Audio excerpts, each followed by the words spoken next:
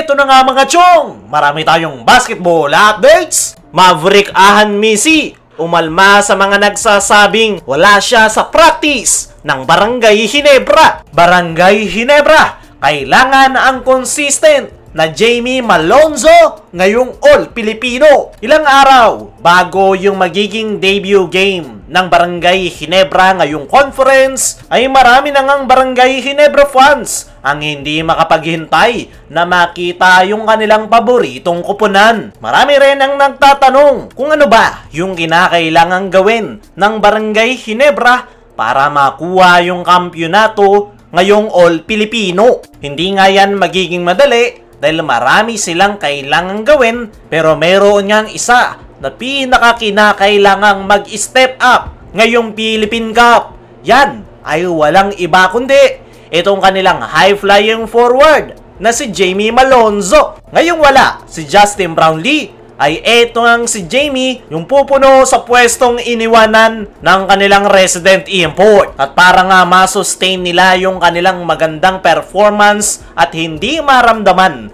ang pagkawala ni Justin Brownlee, ay kinakailangan ng Barangay Ginebra ang consistent na performance ni Jamie Malonzo. Last conference nang magbalik in action etong si Jamie matapos itong makarecover sa kanyang natamong injury. Naging maganda naman yung kanyang pagbabalik sa Barangay Ginebra kung saan nakagawa agad ito ng immediate impact.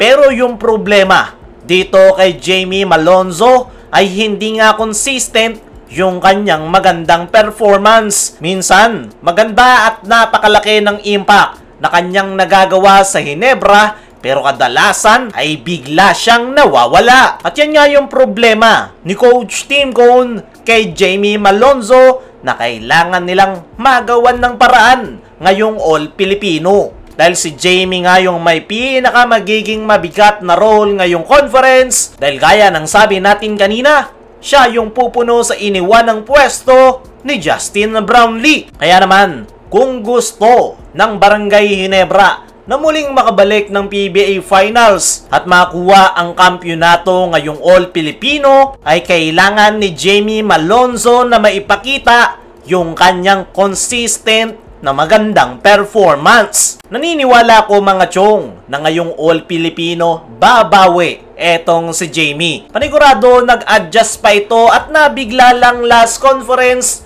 dahil kaka-recover niya nga lang sa injury. At ngayong All-Filipino nga ine-expect na maibabalik ng tuluyan ni Jamie yung kanyang dating contribution sa Barangay Ginebra. Ayon nga sa mga trusted source, ay isa si Jamie Malonzo sa pinakatinututukan ni Coach Tim Cone sa kanilang team practice dahil talagang magiging mabigat yung role ng nasabing forward. At ang magandang balita ay maganda yung respond netong si Jamie kung saan maganda yung kanyang ipinapakita sa kanilang team practice. Kaya naman, looking forward si Coach Tim sa ipapakita ng nasabing forward ngayong All-Filipino. At kumpiyansa nga ang nasabing head coach na isa si Jamie Malonzo sa pinakamaaasahan niya sa opensa, lalong-lalo na pagdating sa depensa. Kailangan lang talaga ni Malonzo na maging consistent ngayong All-Filipino. Dumako naman tayo dito sa kabilang balita. Maverick Ahan Misi umalma sa mga nagsasabing wala siya sa practice ng Barangay Ginebra. Netong mga nakalipas nga na araw mga chong ay may mga kumakalat na balita at post sa social media na absent etong si Maverick Ahan Misi sa Barangay Ginebra. Kaya naman, marami yung lumalabas na espekulasyon na baka daw itinraid na ito ng Barangay Ginebra kaya hindi na dumadalo ng practice ng Barangay Ginebra. Nagsimula nga ang lahat ng yan nung pumutok yung podcast ni Snow Badwa kung saan sinabi nito na nagre-request raw ng trade si Maverick Ahan Misi. Pero mismong si Maverick ang sumagot niyan sa kanyang social media account kung saan nakabalik nga daw siya ng Manila umaga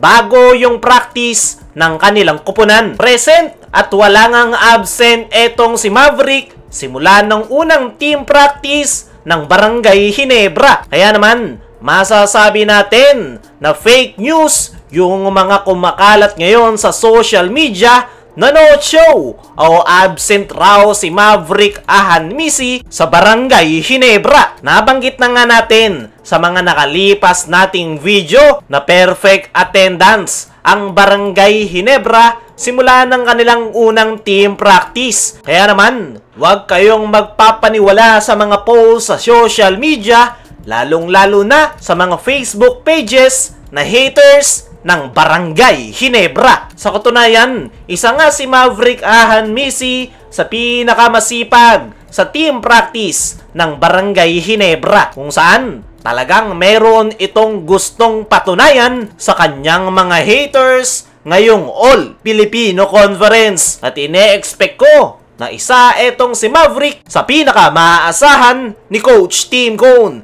Kaya mga chong, ano ang masasabi nyo ngayong umalma si Maverick sa mga kumakalat na balitang absent siya sa practice ng Ginebra? Ano rin yung masasabi nyo na kailangan ng Barangay Ginebra ang consistent na performance ni Jamie Malonzo? I-comment mo lang dyan sa ibaba.